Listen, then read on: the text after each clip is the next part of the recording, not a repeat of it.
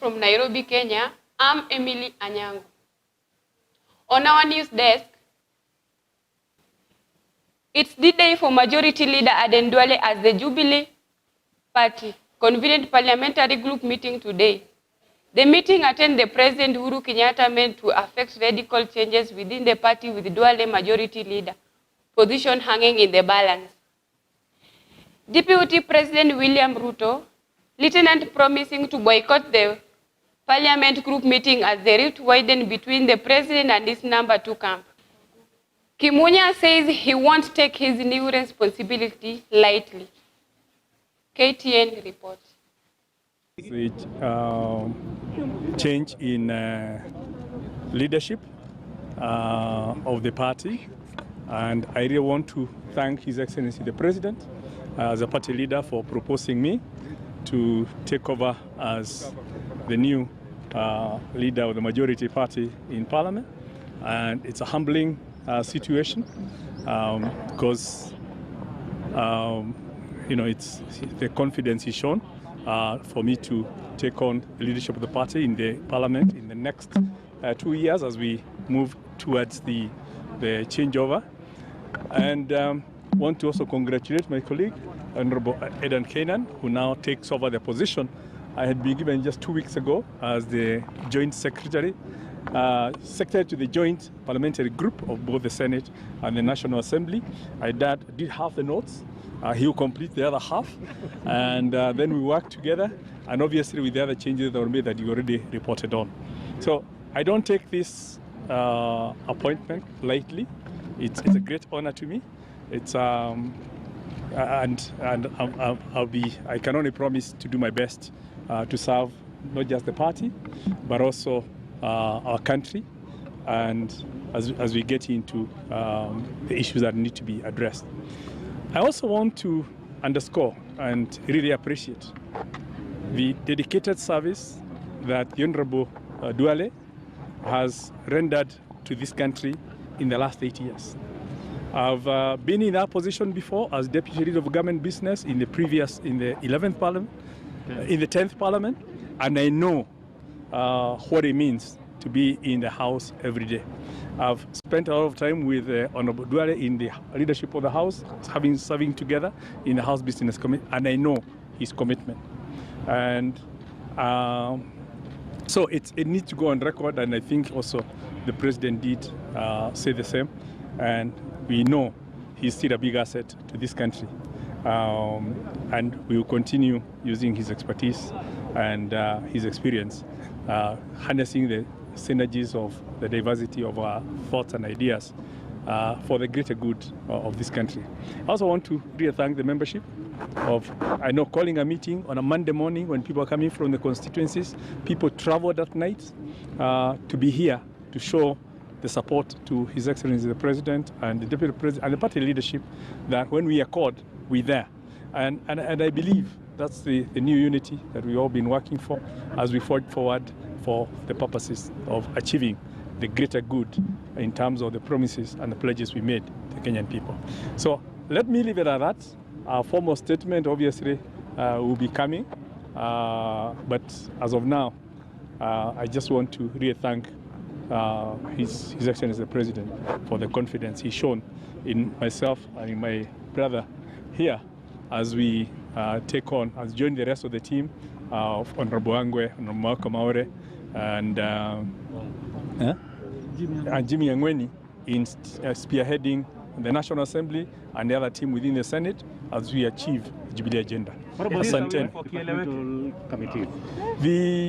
The departmental committees is one of the responsibilities we have. Is between now and Thursday, we will have processed all the names that need to be changed, working obviously with the party leader, and then you'll get to hear of those when the names are officially released in Parliament.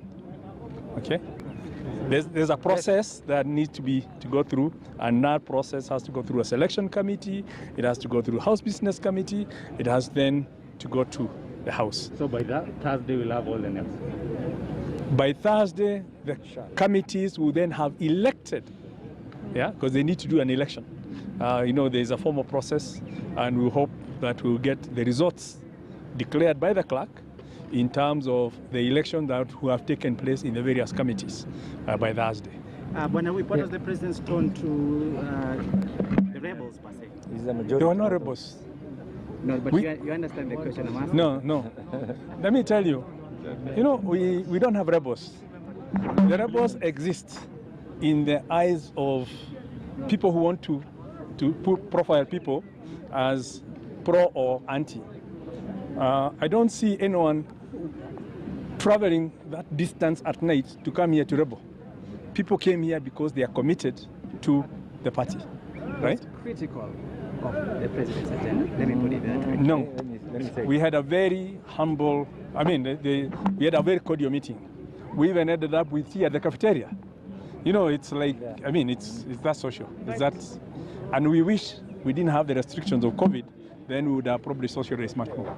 Yeah, but I want to assure you, and I want to commit myself that going forward, we would want to see the whole Jubilee fraternity working together in harmony to achieve the objectives of the party.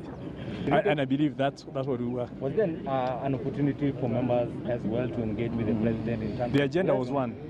The president proposed, there was a seconder, and that's it. So there was no engagement, because when the agenda item is completed, there's no engagement. Why would you say we will have a meeting to engage depending on the issues of the day. Yeah, but the agenda item for the day did not have opportunity or room for discussion. Why do you think the government felt the need to change leadership? It's not the government we are talking of a party. Yeah, why did the party feel the need? The party changed because the members felt there was need for a change. Yeah. I think let me because I think you have asked. Let me also join my colleague in thanking His Excellency the President and the party leadership for showing confidence in us. My colleague here. I also want to thank the members of the Jubilee Party and Coalition for their resilience and also for the confidence. And secondly, I think politics is so dynamic. This is one thing that really we also need to understand. Politics is so dynamic in the sense that every day comes with events. So as the Jubilee family, the Jubilee and the Coalition Party family, ours is to make sure the Jubilee agenda succeeds. And that is what exactly the President actually has told the members. So mine is to say thank you. I know we have a very able team. Amos Kimunya has served in different capacities. He has been Minister for Finance, he has been Minister for Transport, Minister for Land, Minister for Trade. And I've had one time the privilege of being the only backbencher in the House Business Committee, actually, where he was the government leader. Ours is to ensure that we will make sure the Jubilee agenda, in line with the principles stated under the handshake, succeeds. And I think that's what the President has emphasized. And he has rightly put it, there is no Jubilee A or Jubilee B. Ours is to make sure the Jubilee family works together as a group to make sure the Jubilee agenda succeeds. Otherwise, we wish you well also, and I hope you will support us in implementing the agenda of His Excellency, the Jubilee Party, and the Jubilee government. Thank you so much. The invisible enemy COVID-19 has managed to penetrate the literally impermeable Kenya defense. 80 soldiers have reported tested positive to the fastest spreading virus, forcing authorities to place all military barracks across the country under restriction of the movement. Citizen with more details. Seen synonymous with military barracks in Kenya. Soldiers training, but the world is facing a new norm brought forth by COVID-19, and the military has not been spared. The invisible, unarmed, but deadly enemy has penetrated the most protected walls on the landscape. This enemy has left a place that is usually lively to be as silent as a grave.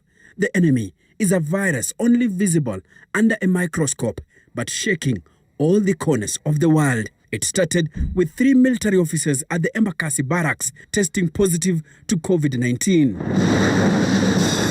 Sources intimating that the confirmation of the cases sent shivers down the spines of high-ranking military men in the Kenya Defence Forces.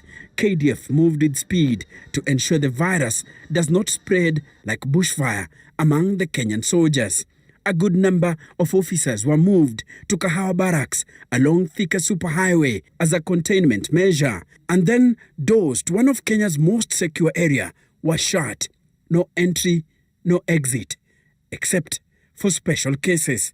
No one has since been going in or out of the facility, and even soldiers who were on leave were shut out.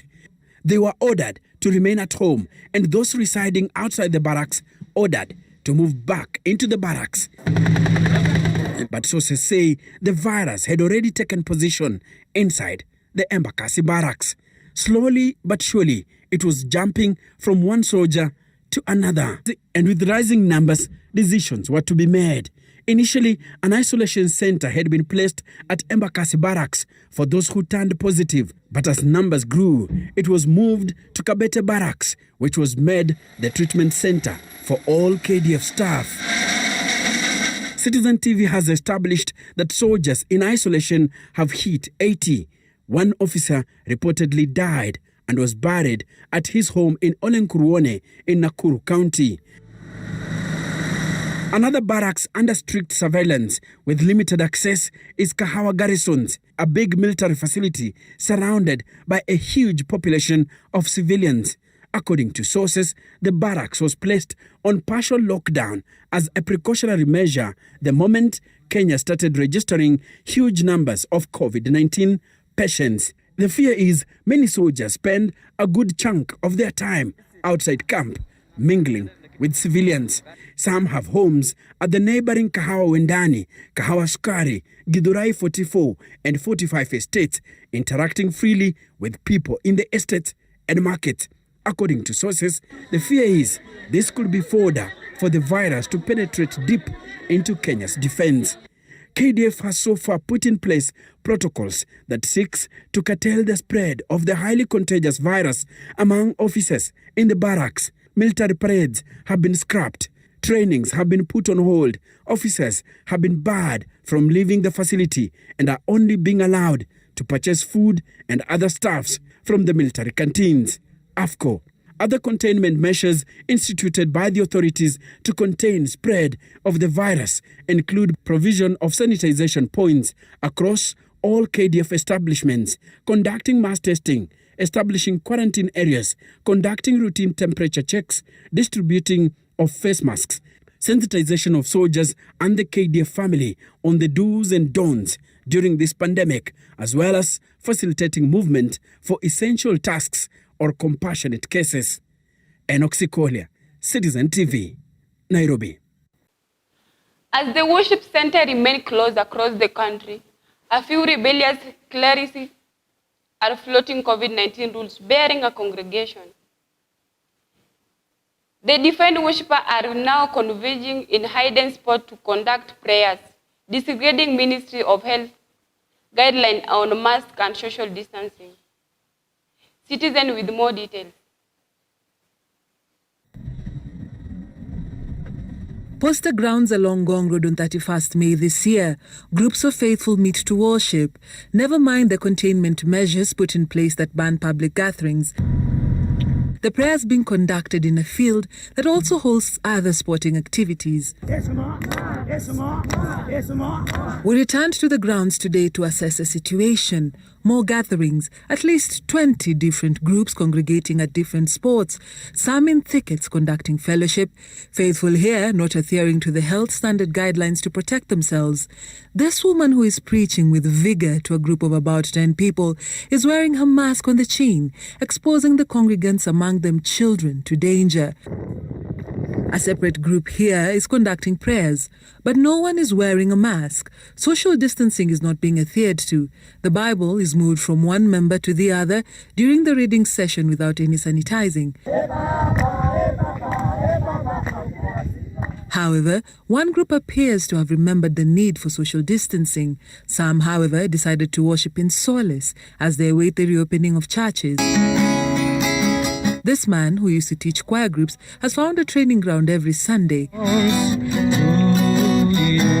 Health CS Mutai Kagwe continues to remind them the danger they're exposing themselves to. No gathering should be allowed anywhere in this republic because it threatens our people, particularly the spread of this virus. The government has already established an interfaith committee to work with the Ministries of Interior and that of Health to draw a protocol on resumption of worship. It has certainly not been a happy Father's Day for a middle-aged man in Molo sub-country after his wife attempted to cut off his private parts in Nakuru.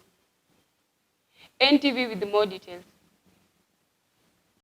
Evidence of what was a domestic brawl and the weapon used on a man in Kibunja, Molo.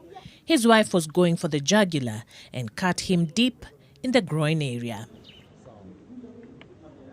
Her husband, with whom they have children and a grandchild, is now in hospital, and 2 people they were partying with earlier now detained at the Molo police station. This family now the talk of town for all the wrong reasons. Shikwa mshtuko asubuhi ya leo kuona mwanamke akitoa mwanaume sehemu yake ya siri. Kijiji hiki kimekuwa na visanga vingi vya mambo kama haya. Sisi tunaonelea pombe ndio mbaya. Pombe imekuwa mingi kivunza. The trail of blood at their home depicts just how serious the incident that was sparked by a domestic quarrel was. Those involved gave their side of the story, albeit incoherently. Hii kitendo yote ilikuja juu ya ulevi. Tukakunywa mimi na kazini yangu na Juma.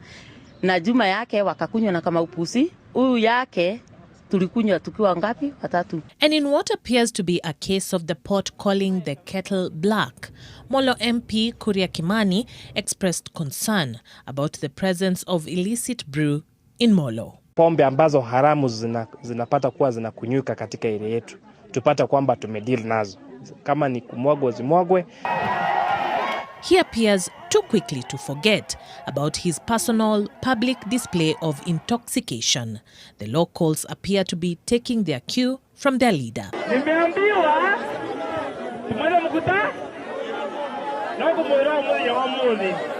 And on this Father's Day, the problem of alcohol dependence is one that is hard to ignore, and one that appears to limit the ability of some men to assume and exercise the role of a father. Charity Mwangi, NTV. A section of Kenyans stranded in Dubai is pleading with the government to intervene and evacuate them from Middle East country. Some of the affected Kenyans are in the need of urgent medication attention, such as chemotherapy. So which way for those affected, since the air travel ban is still alive? KTN with more details. They're really struggling. They're really struggling. People that have lost their jobs, people they don't have a place to stay. Mwarabu, not his real name, captures how some Kenyans stuck in Dubai are suffering. And it's been so much hard. His sentiments echoed by one on Sare, a cancer patient who says she's in need of urgent medical attention. Nimekaa sijafanya kazi like 2 months. Juu niliresign juu ya condition zangu, juu niko na throat cancer. Hapa Dubai huwezi ukanunua dawa kama una karatasi ya daktari. So hata madawa zangu zimeniishia. Kuna vile nilikuwa nimetuma na mtu atoke Kenya aniletee. For now hakuna mtu anatoka Kenya, sina dawa. Kwa majina naitwa Wangoi. Niko sehemu inaitwa Al Ain. Kutoka Dubai mpaka hapa ni masaa mawili. Na kwa sasa mimi sina kazi huko. Kazi yetu ilisimama. Sasa mimi nikiwa tu nimekaa hivi kwenye park akatokezea tu msichana mmoja tu Mfilipino. Huyo msichana Mfilipino ndio alinisaidia na hii nyumba hii yenye nawachukulia hii video. Ni kanyumba kadogo hata hakana dirisha. Videos have also surfaced online showing a section of stranded Kenyans receiving food supplies in Satwa. They allege that efforts to reach the Kenyan embassy in the United Arab Emirates have borne no fruit.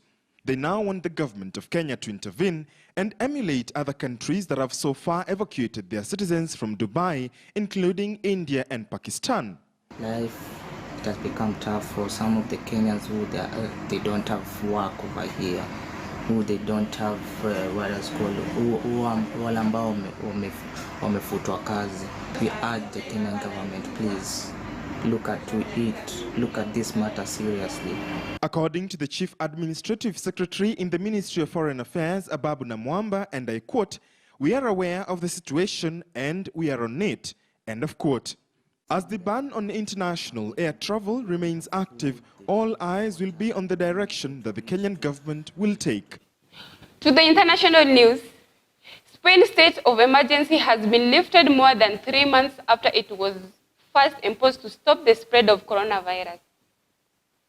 The country's borders are now open to almost all of its European Union neighbors without the need of quarantine. Many hope it is not too late to salvage the lucrative summer travel season. Al Jazeera reports. The freedom to travel once again, both within Spain and further afield, as its borders with most of the European Union are finally reopened, and one of the longest lockdowns imposed in March to stop the spread of the virus is completely lifted. I feel good because I can finally go home and I'm not scared to take this flight because there are health precautions in place. I'm happy to be going back home. Spaniards were told to stay within their own province until now, so with the state of emergency ending, roads and trains to take them further afield soon filled up. Spain's economy relies heavily on tourism. Visitors are now starting to come back, but it will be a wait to see if the numbers are enough to sustain the industry. It's the first time I've seen this many people, and it's good because we need tourism. If not, we will be in trouble.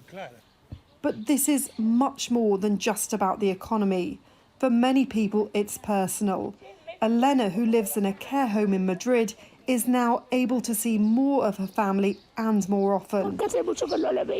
It's a long time since I've seen him, she says, after being reunited with her grandson. Spain is trying to move forward from this crisis, but more than 28,000 people died from coronavirus here and remain very much at the forefront of everyone's mind. Emma Hayward, Al Jazeera. Donald Trump's decision to hold campaign rally against the advice of medication experts is coming under fire. Critics say the decision is evidence of his willingness to put more at risk to advance his political agenda. At least 6 members of the US president campaign staff tested positive for coronavirus before the gathering began. And ahead of his tell-all books release, former National Security Advisor John Bolton repeated his allegation that the president is more focused on re-election than public health. Al Jazeera with more details. After a federal court ruled his book's publication could go ahead, John Bolton was once again in the spotlight. The former National Security Advisor's book will be released to the general public on Tuesday. Among the many statements critical of his former boss, that obstruction of justice was a way of life in the White House, a view he says was shared with others in the president's inner circle. Look, these were things that I could see some evidence of, and they bothered me greatly. Members on both sides of the aisle in Congress remain sharply critical of Bolton for his refusal to give evidence in impeachment proceedings and his apparent willingness to profit from his criticism. John Bolton is a political opportunist and a profiteer. He had the opportunity to step forward and participate in the House impeachment inquiry and share any information that he had about wrongdoing by President Trump and other members of his administration, and he declined. The problem is that when you're selling it in a book, you're not putting yourself in a position to be cross-examined. So for $29.95, he can monetize his national security clearance, but under oath, he would have had an opportunity to answer questions and not just make assertions. The White House has made clear it is contemplating civil or criminal charges against Bolton, but apparently unruffled by this threat, he continued to lash out at President Trump.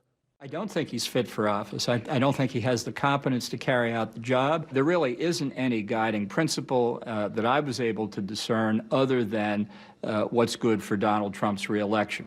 Other critics point to the president's decision to go ahead with the campaign rally in Tulsa as evidence of his willingness to put people at risk in advancing his political agenda. His supporters in Oklahoma entered through scanners and temperatures were taken, but few wore masks in accordance with government health guidelines, including children.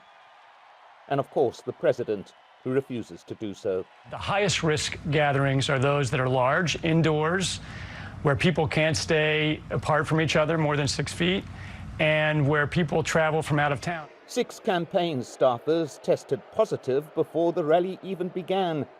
The incubation period is estimated to be up to 2 weeks, so the president could be holding another rally before any infections during this one are fully accounted for. The organizers say there had been applications for 1 million tickets. If so, the vast majority of those who applied stayed away. The scheduled speeches by President and Vice President to the expected tens of thousands in the overfull area were abruptly cancelled. A possible sign that while the president may act as if the pandemic is over, many of his rank-and-file followers do not. Mike Hanna, Al Jazeera, Washington. Thank you for watching DBN News. I'm Emily Anyango. Have a lovely evening.